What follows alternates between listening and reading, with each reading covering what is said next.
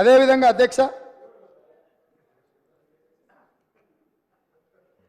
ప్రాజెక్టులు దీని విషయం కొంచెం మనం మాట్లాడుకోవాలి. ఎందుకనంటే 5 సంవత్సరాలు హరీష్ రావు గారు, 5 సంవత్సరాలు కల్వకుంట్ల చంద్రశేఖరరావు గారు సాగునీటి పారుదల శాఖ మంత్రులుగా పనిచేసిండ్రు.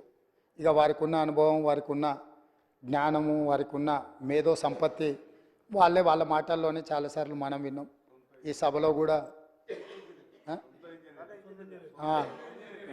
వారే డాక్టరు, వారే లాయరు, వారే ఇంజనీరు, వారే స్ట్రక్చరల్ ఇంజనీరు, వారే 80,000 పుస్తకాలు చదివి వాళ్ళ మేధస్సుతోనే నిర్మించారు.